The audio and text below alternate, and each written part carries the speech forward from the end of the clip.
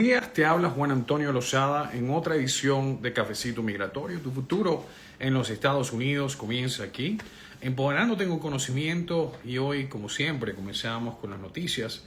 Inmigrantes detenidos en la Florida, en Alligator Alcatraz, que es como le llaman, un nuevo centro de detención del que hemos hablado en este programa en oportunidades previas.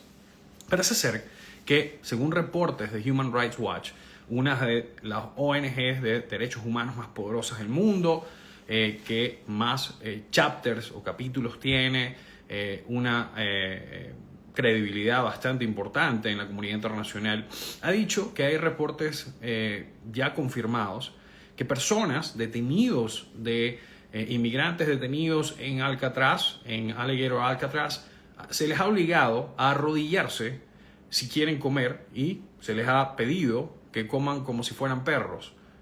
Esto es verdaderamente impactante porque, si bien es cierto que todos entendemos que las políticas migratorias de Donald Trump son un poco humanas, pocos de nosotros nos imaginamos que íbamos a terminar con escenas muy parecidas a las que observamos en Abu Ghraib. Abu Ghraib fue un escándalo que ocurrió durante la administración del presidente George W. Bush, donde unos soldados americanos en Irak fueron acusados de cometer actos bastante deshumanizantes en contra de detenidos iraquíes.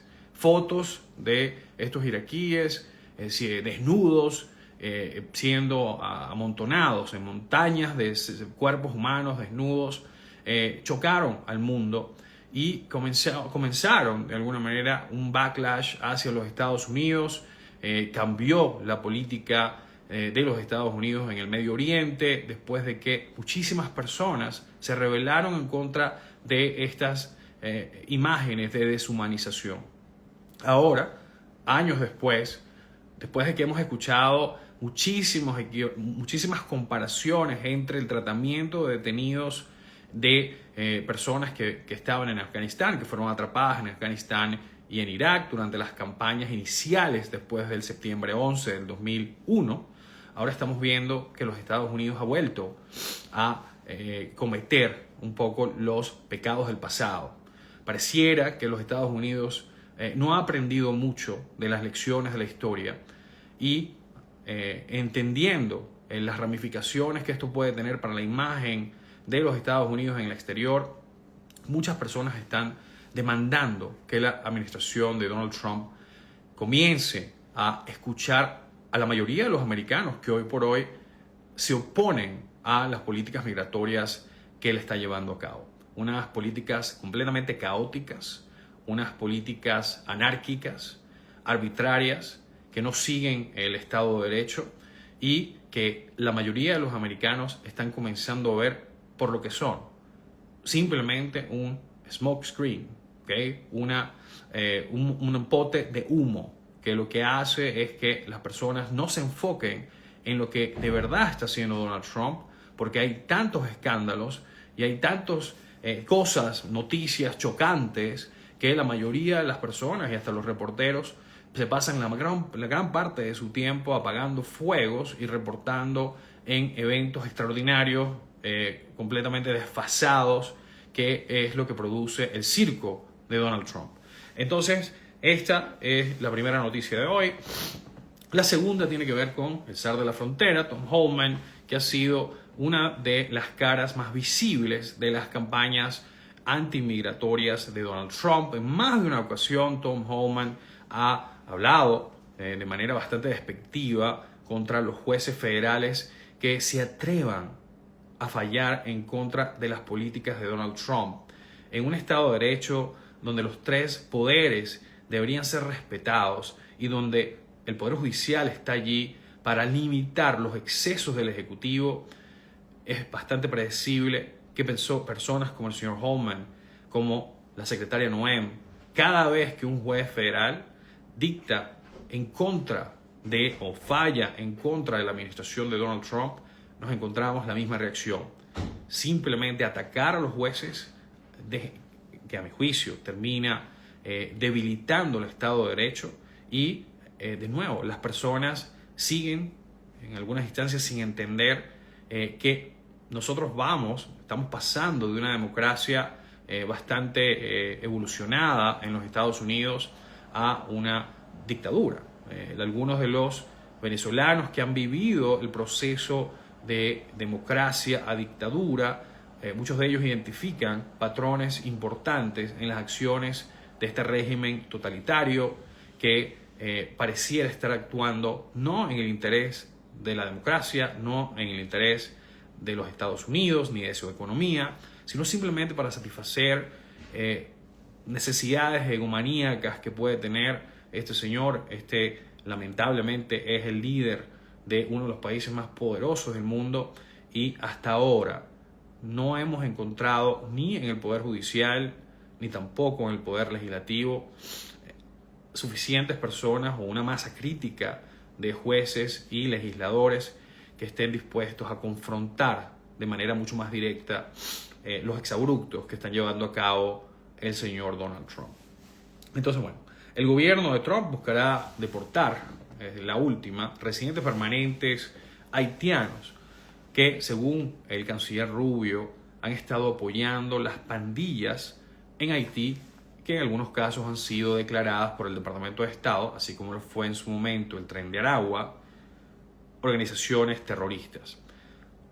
Si usted es residente permanente en los Estados Unidos y tiene descendencia haitiana o venezolana y en los Estados Unidos considera que usted ha proveído soporte, apoyo material al Tren de Aragua, si usted es venezolano o si usted es haitiano, a una de las organizaciones criminales que tiene más poder en Puerto Príncipe en este momento, y estas acciones serían lo suficientemente graves para ameritar que a usted se le quite la residencia permanente de los Estados Unidos, así a usted no lo hayan encontrado culpable de ningún crimen.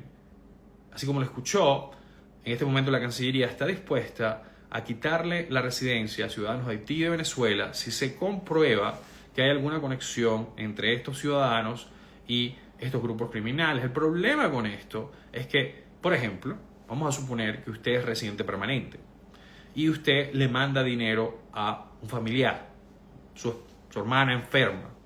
Su sobrino tiene una cuenta porque su hermana no tiene cuenta. Usted le manda el dinero a su sobrino sin saber que su sobrino está metido en cosas raras. Esta es una situación bastante típica de la diáspora en los Estados Unidos. Entonces yo no estoy diciendo que esté mal que los Estados Unidos intenten por todos los medios de controlar la influencia de grupos criminales como el Tren de Aragua o como algunas de las pandillas más poderosas en Haití.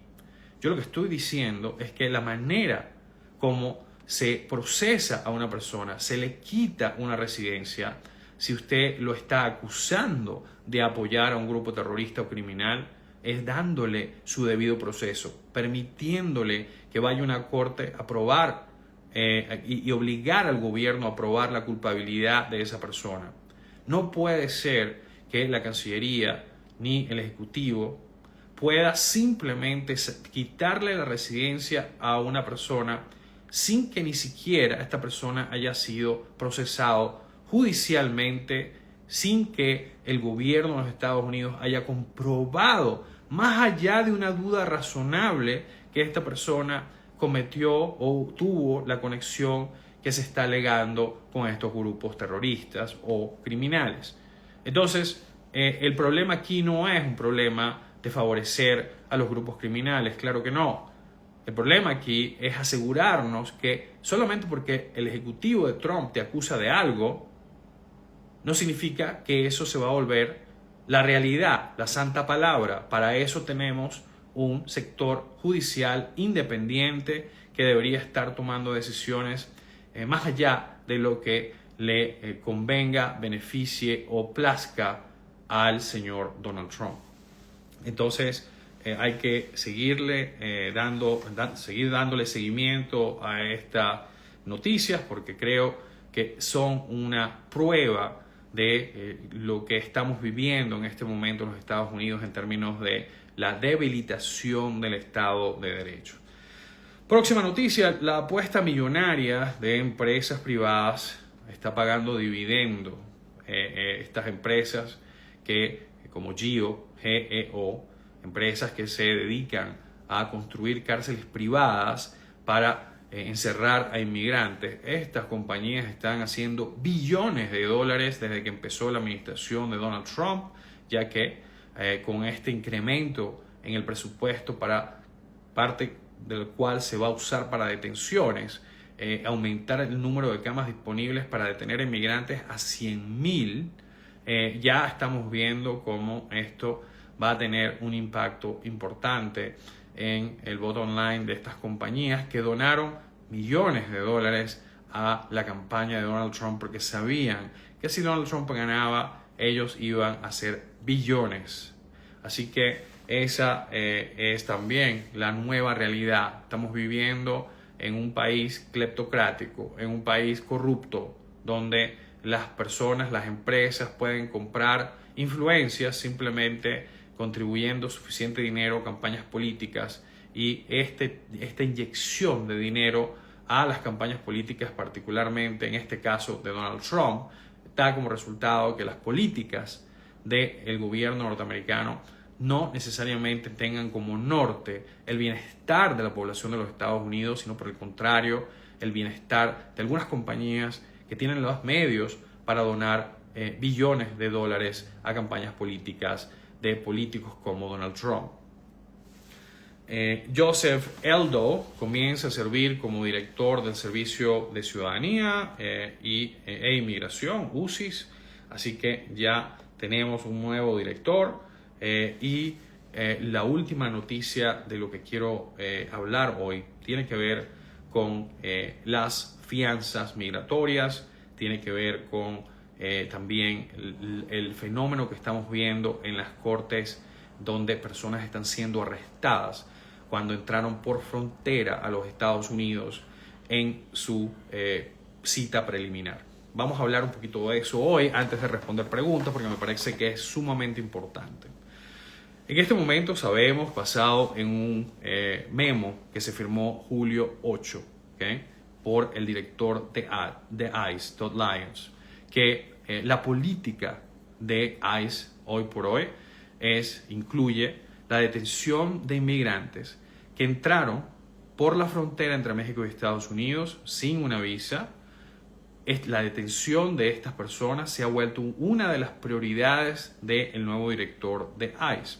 Esto tiene como consecuencia que en este momento la directriz que pareciera estar dando el director de ICE, que también es el jefe de los fiscales de inmigración, porque ICE, los fiscales trabajan para ICE, ¿okay?, el señor Lyons ha dicho lo siguiente, ha dicho, se está de alguna manera promoviendo una política entre los fiscales migratorios para pedir desestimaciones de los casos en corte de personas que entraron, de extranjeros que entraron a los Estados Unidos por la frontera, con el propósito de detenerlos y empezar de nuevo, una vez que están detenidos, un proceso de remoción expedita. Entonces, ¿cómo funciona esto?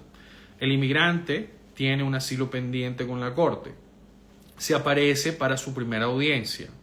Este inmigrante entró por frontera a los Estados Unidos y nunca se le fue dada una entrevista de miedo creíble. En este caso, ese inmigrante se aparece, va enfrente del juez el día de su primera audiencia y el fiscal en ese momento, por sorpresa, le pide al juez de inmigración que desestime el caso de esta persona, de este inmigrante. Una vez que eso ocurre, ICE detiene al inmigrante, lo pone en un centro de detención y le dice, tú no puedes pedir asilo todavía porque tú eres un arriving alien. Tú entraste por frontera, tú no entraste con visa y por ende te vamos a ofrecer menos derechos procesales. En ese caso, ese inmigrante que está detenido va a tener que sobrevivir una entrevista filtro, una entrevista de miedo creíble, que no es una entrevista de asilo. Si pasa esa entrevista de miedo creíble, puede en ese momento meter un caso de asilo. Todo esto mientras está detenido. Si no pasa la entrevista de miedo creíble, puede apelar a un juez de inmigración, pero no para poder presentar el asilo, solamente para apelar la decisión del oficial de asilo que le negó el miedo creíble a este inmigrante. Una vez que pierde también en frente del juez de inmigración, este inmigrante puede ser deportado de manera expedita de los Estados Unidos sin que nunca haya podido meter un caso de asilo. Así como lo escuchaste, esa es la estrategia que estamos viendo. ¿Cómo? Abogados como nosotros, por ejemplo, en mi oficina, estamos tratando de combatir esta nueva práctica del presidente Donald Trump, del señor director Todd Lyons de ICE. Es de la siguiente manera. Es nuestra opinión que hay que empezar a pedir, a exigir a inmigración un special master, ¿okay? Una audiencia preliminar para que se pueda en ese momento decidir si por adelantado, como ya tenemos guerra avisada no mata soldado y ya sabemos la intención de Todd Lyons, deberíamos entonces los abogados de inmigración exigirle a las cortes que nos den una audiencia donde se nos indique si el gobierno intenta pedir una desestimación por sorpresa del caso de nuestro cliente. Si usted hace esto y pide ese Special Master y pide aparecer de manera Webex, o sea, de manera lejana, no teniendo que ir en persona a esa audiencia migratoria, usted puede por lo menos tener una audiencia, preparar un argumento escrito, ¿okay?, en frente de ese juez y no llevarse la sorpresa que cuando usted llega allí desestimen el caso de su cliente y lo arresten. De nuevo, tenemos que encontrar maneras, los abogados de inmigración, para pelear estas prácticas, y ahora que ya sabemos que son prácticas comunes, no podemos quedarnos de brazos cruzados. Tenemos que proteger a nuestros clientes y la manera como hacemos esto es, tratando de enviar antes del Master Calendar written pleadings. Eso significa que en vez de aparecerse al Master, pedirle al juez de inmigración que simplemente se le permita al cliente declarar lo que tiene que declarar en un Master, pedir una audiencia final de una vez, ¿okay?, y simplemente que se le agende para esa audiencia final en vez de requerir que esa persona vaya a un máster. En pocas palabras, lo que estás haciendo es decirle a la corte que tu cliente no tiene necesidad de aparecer en una primera instancia, en una primera audiencia, sino que simplemente is waiving, está diciendo que no le importa no tener esa primera audiencia con el juez de inmigración. Esto podría en algunos casos minimizar los riesgos de que tu cliente sea arrestado por ICE después de que el fiscal se mueva de manera sorpresa para poder desestimar el caso del cliente. Entonces, de nuevo, written pleadings antes del Master Calendar, donde ya se acepta lo que dice el Notice to Appear y se pide inmediatamente la audiencia final para poder pelear este caso. Es más difícil, en mi juicio, que un juez de inmigración vaya a desestimar el caso de una persona cuando ya está have entered pleadings, o ya ha mandado los pleadings por escrito, y además de eso ya está apareciéndose para una audiencia final de asilo. Es mucho más fácil para el fiscal pedirle al juez que desestime el caso cuando no se ha tenido ni siquiera una primera audiencia. Y es por eso que es tan importante que si usted tiene un abogado de migración que lo está representando en corte, número 1. 2, usted entró por frontera, ¿okay? Y 3, usted nunca se le hizo una entrevista miedo creíble, usted tiene, antes de ir a ese máster, que hablar con su abogado y decirle, mira, vamos a ver cómo hacemos para protegerme, a mí y a mi familia, porque hay que empezar a ser proactivo en este tema de pedirle a los jueces que fallen antes de la audiencia si verdaderamente ellos están inclinados a desestimar el caso si una petición de OPLA se ha hecho. Así que vamos a estar muy pendientes con eso.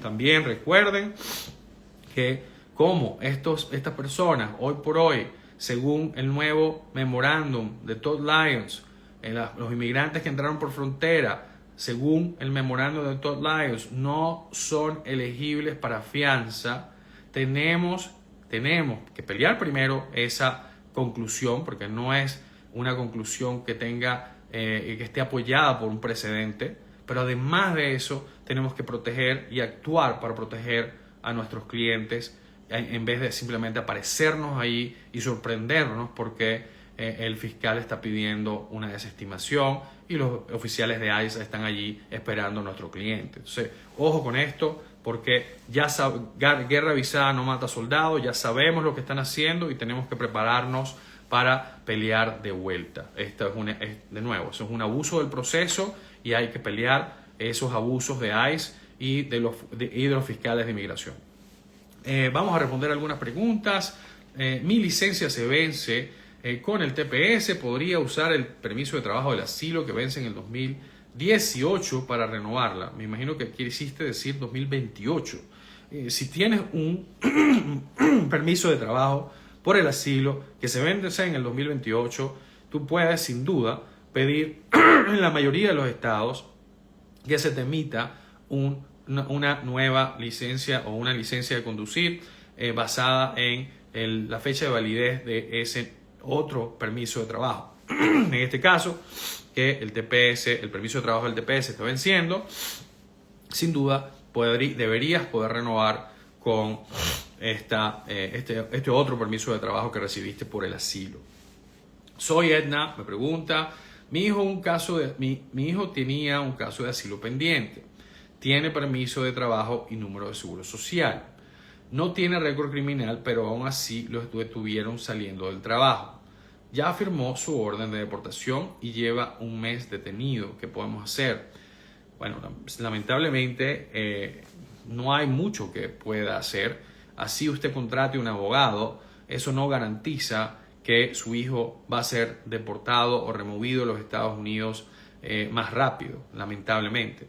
Si él firmó una orden de deportación, firmó una salida voluntaria o simplemente decidió abandonar su caso de asilo, es simplemente una cuestión de tiempo hasta que él pueda ser removido de vuelta a Venezuela, asumiendo que sea ciudadano venezolano. La próxima pregunta, buen día, una persona que fue acusada y detenida por violencia doméstica fue deportada. ¿Qué pasa con el caso si no dio tiempo de ir a corte? Esa persona probablemente alguien tiene que avisarle a la corte que esa persona ya no está en el país. De otra manera, existe una posibilidad de que le den a esa persona que ya no está una orden final de deportación en ausencia, y si esa persona trata de entrar de vuelta por frontera o lo que sea, esa persona no va a ser elegible ya para casi ningún remedio migratorio por esa deportación en ausencia, ¿okay? Así que bien importante. Aleso Touch me pregunta, me revocaron el parol, estoy en proceso de asilo, tengo mi licencia vigente, ¿puedo viajar en vuelo doméstico dentro de Estados Unidos? Puedes viajar, pero en este momento, a menos de que tengas una prueba de que tienes ese asilo pendiente, ¿okay? Esto podría ser complicado, porque la licencia que tú tienes, si todavía está vigente y te la sacaste inicialmente con el parol, ¿okay? Algunos estados están reduciendo el tiempo de validez de esas licencias.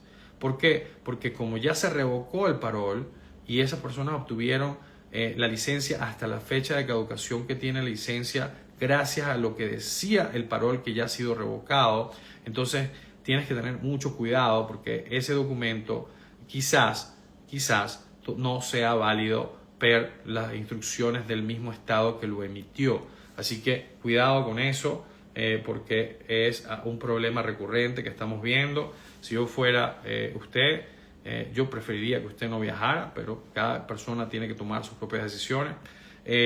Jai Lenny SP, me desestimaron mi caso de asilo político. En la carta me dicen que debo presentarme en ICE para solicitar mi cita de miedo creíble. ¿Qué me recomienda hacer? Esto está pasando con muchísima frecuencia. Personas que entraron por frontera, se les está cerrando el caso de UCIS. Ellos nunca aparecieron en corte, ¿okay?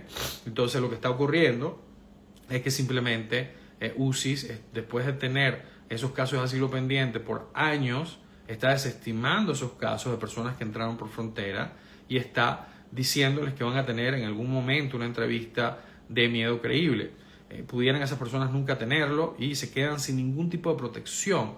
Esto es una situación que estamos viendo de nuevo con muchísima regularidad, sumamente preocupante este patrón, y me encantaría poder decirte que hay algo que puedas hacer. Tienes que pedirle a ICE que te dé una entrevista de miedo creíble, pero el problema es que ICE te puede detener y como entraste por frontera y según el memo de julio 8 del 2025, según el señor Lyons, no eres ya elegible para una fianza migratoria, existe una posibilidad de que tengas que quedarte a pelear tu entrevista de miedo creíble desde un centro de detención y sin la habilidad de comunicarte libremente con tu abogado. Entonces ahí es donde está el gran peligro. Esto es todo lo que me da chance de cubrir hoy. Mañana no vamos a tener cafecito migratorio porque voy a estar en una audiencia que tengo que cubrir en la mañana. Así que probablemente no nos veríamos sino hasta el jueves. Así que nos vemos el jueves porque mañana no habrá cafecito migratorio. Cuídense muchísimo. Un gran abrazo. Chao, chao.